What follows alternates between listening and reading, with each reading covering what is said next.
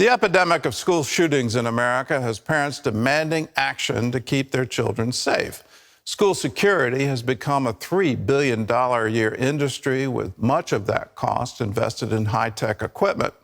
Experts say the money would be better spent on training staff and students to recognize and respond to threats.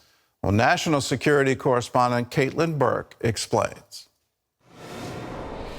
On April 20th, 1999, two students walked into Columbine High School and opened fire. In the 24 years since 13 students were killed here, there have been nearly 380 school shootings, exposing hundreds of children to gun violence and revealing an epidemic that's yet to find its cure. Let's go!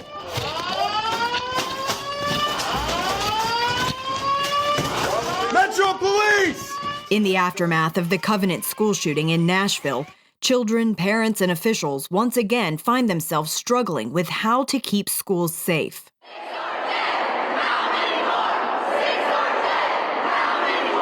The children of this country are demanding action. Our classrooms have become killing fields. Is that acceptable? I don't think one piece of legislation solved this. We got to deal with mental illness. School security has grown to a $3 billion industry, with investments in everything from video surveillance technology to bulletproof doors and electronic locks. And while technology is important, experts say it likely would not prevent the next attack. When people are the problem, people are always going to be the solution. Jimmy Graham is the CEO and founder of Able Shepherd, an elite active shooter training program in Denver, Colorado.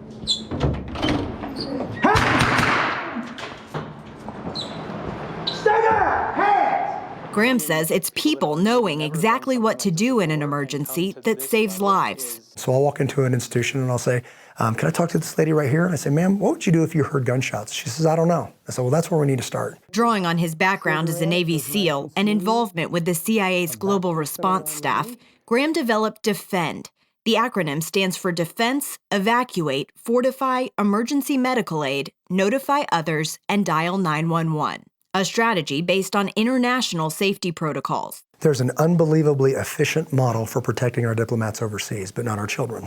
Right? So why is that? Because it's the same model. That model, what I've done is I've scaled it and said we don't need, some of this stuff is not applicable, but to bring that back home and place the principles, here's the defensive principle. To get to them, you have to go through me. Able Shepherd also provides training for those likely to respond to active shooter situations, whether that be an individual, a security team, law enforcement, or even faculty. The training is reality-based, allowing those who go through it to experience live scenarios. Gunshot, gun out, be ready, be ready, be ready. Pow! Pow! Tell him to stay down, tell him to go down. Graham stresses that even with all the right tools, security plans won't work if school leaders don't maintain the proper environment. The best way to describe it would be this.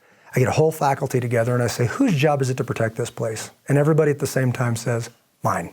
In 1999, as a first responder at Columbine, Deacon Ernie Martinez experienced the moment the country realized children weren't safe at school. The big wake-up call was twofold, I think. Number one is their evil does exist without any reasons for it, right? And number two is it woke us up to, as not only a law enforcement community, but as a community as a whole, that everybody should participate. Martinez, now retired after 40 years in law enforcement, is the director of deacons for the Archdiocese of Denver. Among his roles, helping schools in the Archdiocese come up with security plans. The important thing is collaboration, leveraging assets, partnering with local law enforcement, because we have parishes and churches and schools all across northern Colorado. And everybody is in their own different financial statuses, right?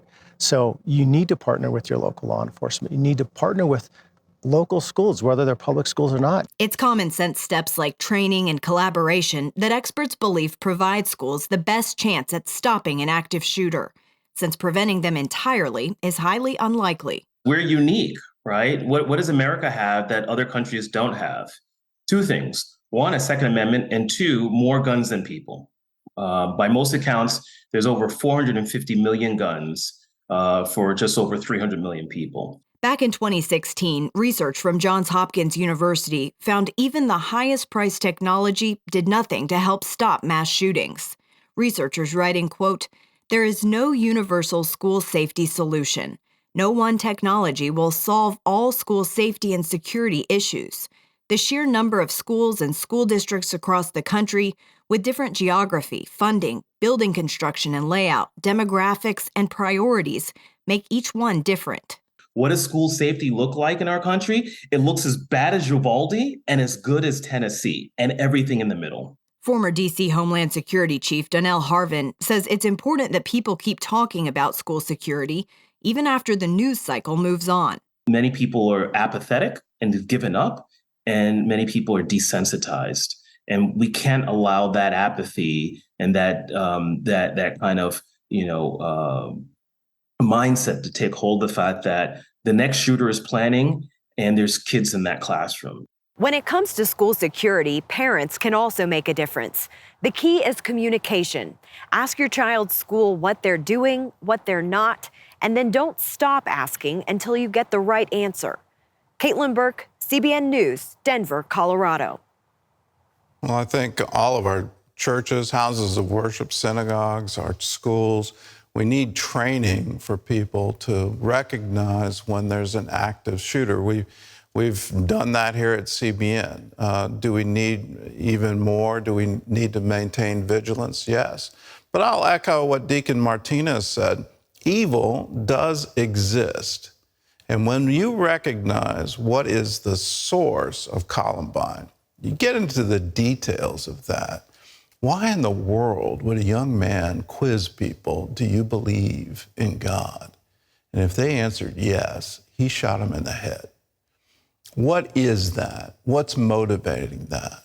Well, I'm a Christian. I can name that for what it is. That's demonic. When someone goes into a crowded theater in Colorado, you can say, well, it's mental illness and he was under treatment for it. But what would cause him to have an automatic weapon and he try to kill everybody in that theater? Evil does exist. How do you overcome evil? Well, you overcome evil with good, but you can also overcome evil with prayer. I've studied early Christian history. I've studied the pagan religions all around them that were coming against them, trying to kill the Christians, the same thing. They were trying to eliminate the Christians, and they were motivated by what they were worshiping. The Oracle of Delphi was quite specific that the Christians were interfering. Their prayers were interfering with what they were doing. Well, by all means, let's interfere with what evil is doing. Let's pray over our neighborhoods. Let's pray over our schools. Let's pray over our churches. Let's pray over our country. And let's ask God, do not take away that which restrains. Keep us protected. Keep this land a peaceful land. Let's stand against evil and let's pray. Let's prepare, but also realize we need God's help. Let's